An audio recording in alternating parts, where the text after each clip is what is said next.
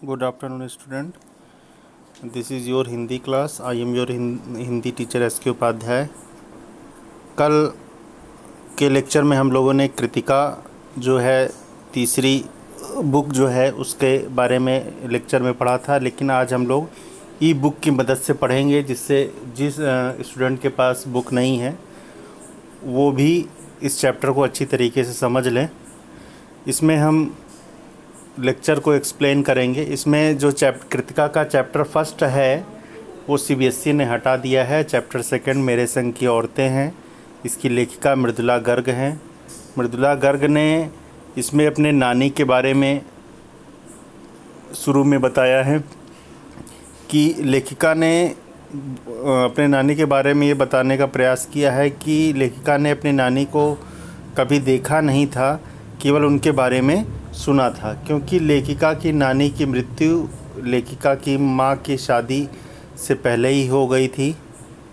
शायद नानी से कहानी ना सुन पाने के कारण बाद में जो घर या परिवार में बच्चे होते हैं वो अपने से बड़े जैसे दादी या नानी से कहानियाँ सुना करते थे, लेकिन लेखिका को ये जो है अवसर नहीं मिल पाया था।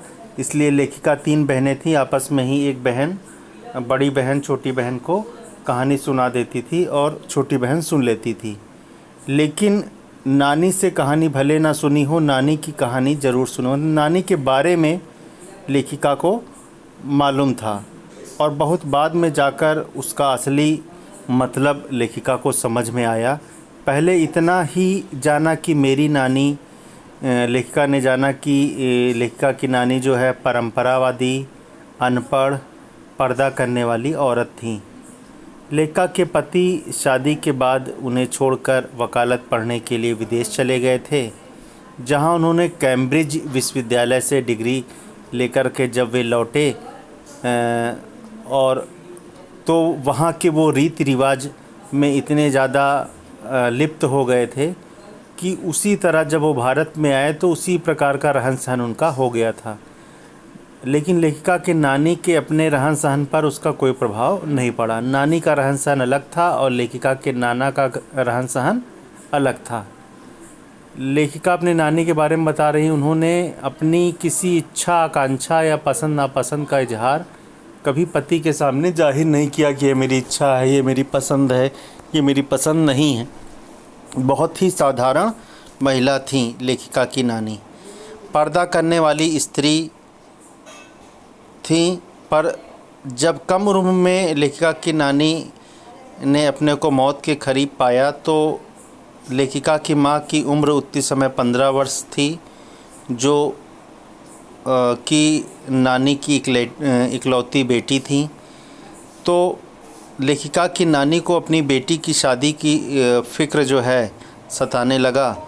वे एकदम मुँहज़ोर हो उठी। मतलब पहले तो वो बहुत पर्दा करने वाली थी, वो अपने पति से भी नहीं बात करती थी और जो दूसरे पुरुष से तो वो बात करना बहुत बड़ी बात थी।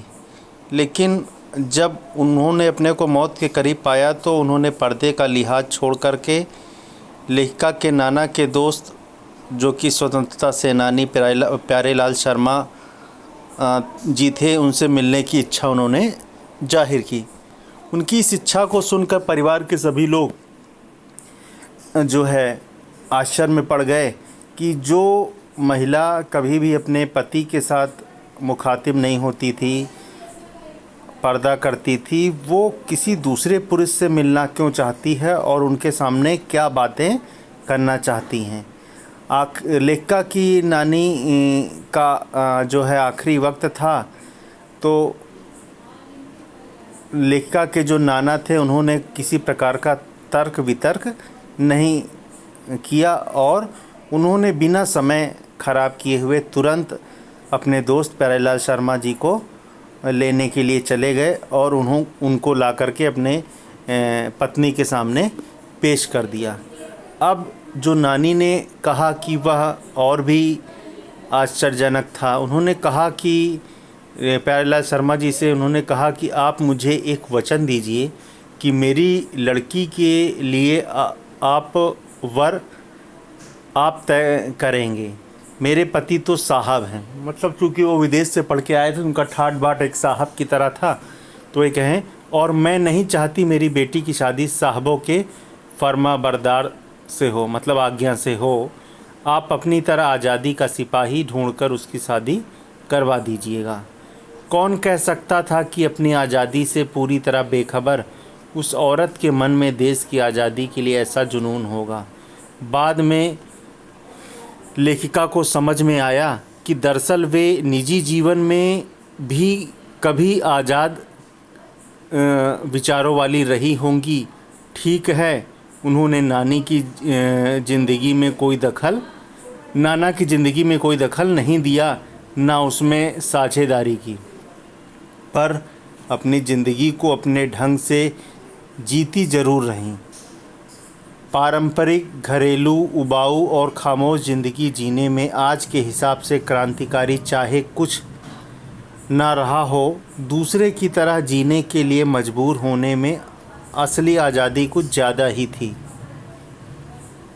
खैर, इस तरह मेरी माँ की शादी ऐसे पढ़े लिखे होनहार लड़के से हुई जिसे आज़ादी के आंदोलन में हिस्सा लेने के अपराध में आईसीएस उतने समय का भारतवर्ष का सबसे बड़ा प्रशासनिक सेवा का एक परीक्षा थी, जिसे अब आईएएस के नाम से जानते हैं, के इम्तहान में बैठने से रोक दिया गया लेखिका के पिता को, और जिसकी जेब में पुश्तैनी पैसा धेला एक नहीं था। मतलब उनको अपने माता पिता से कोई संपत्ति, कोई धन या कोई पैसा नहीं मिला था। माँ बेचारी अपनी माँ और गांधी के सिद्धांतों के चक्कर में सादा जीवन जीने और ऊंचे ख्याल रखने पर मजबूर हुई। हाल उनका यह था कि खादी की साड़ी उनके इतना भारी लगती थी कि उनके कमर में मोच आ जाती थी। रात रात भर जाग कर वे उसे पहनने का प्रयास करती थीं या अभ्यास करती थी, जिससे दिन में शर्मिंदगी ना उठानी पड़े, लोग उनकी साड़ी पहनने के ढंग पर हंसी ना उड़ाएं। वे कुछ ऐसी नाजुक थी कि उन्होंने देखकर उनकी सास यानी मेरी दादी ने कहा, हमारी बहू तो ऐसी है कि धुली हुई पोंछी का मतलब अब सफ़ी समझ लीजिए, छींके पर टांग दी। धोई पोंछी और छींके पर टांग दी। छींके का मतलब एक जैसे हैंगर समझ लें, उस तरीका का पुराने में जो है कपड़ों को टांगने की एक व्यवस्था थी। गनीमत यही थी कि किसी ने उनके छींके से उतारने की पेशकश नहीं की। पहला बहुत बोलने वाली और दूसरा आज्ञाकारी क्यों नहीं की? क्योंकि उसकी दो वजह थी। पहले यही कि हिंदुस्तान के तमाम वाशिंदों की तरह उनके ससुराल वाले भी साहबों से खासे अभिभूत थे और मेरे नाना पक्के साहब माने जाते थे। बस जात से वे हिंदुस्तानी थे, बाकी उनका जो रूप रंग, चेहरा मोहरा, पढ़ाई लिखाई सब तरह से वो अंग्रेज़ थे। मज़े की बात यह थी कि हमारे देश में आज़ादी की जंग लड़ने वाले ही अंग्रेज़ों के सबसे बड़े प्रशंसक थे। गांधी, नेहरू हों या मेरे पिता, लेखिका अपने पिता के बारे में कह रही है, जी के घर वाले, भले लड़का आज़ादी की लड़ाई लड़ते लड़ते जेब खाली और शोहरत सिर करता रहे, यानी वो अपनी घर की संपत्ति को लुटाता रहे और लेकिन उसकी प्रशंसा होती रहे। दबदबा उसके साहबी ससुर का ही था, यानी पहले के समय में लड़के का जो है इज्जत कम था, लेकिन उसके पिता का सम्मान और आदर ज़्यादा माना जाता था। एक आन बान शान वाले साहब ने उनके सिरफिरे लड़के को अपनी नाजुक जान लड़की सौंपी, जिसे रोमांचक क्या कोई परिकथा होती। नानी की सनक भरी आखिरी ख्वाहिश, सनक भरी का मतलब एक तरीके से जिद से भरी हुई, और नानी की रजामंदी मतलब इच्छा।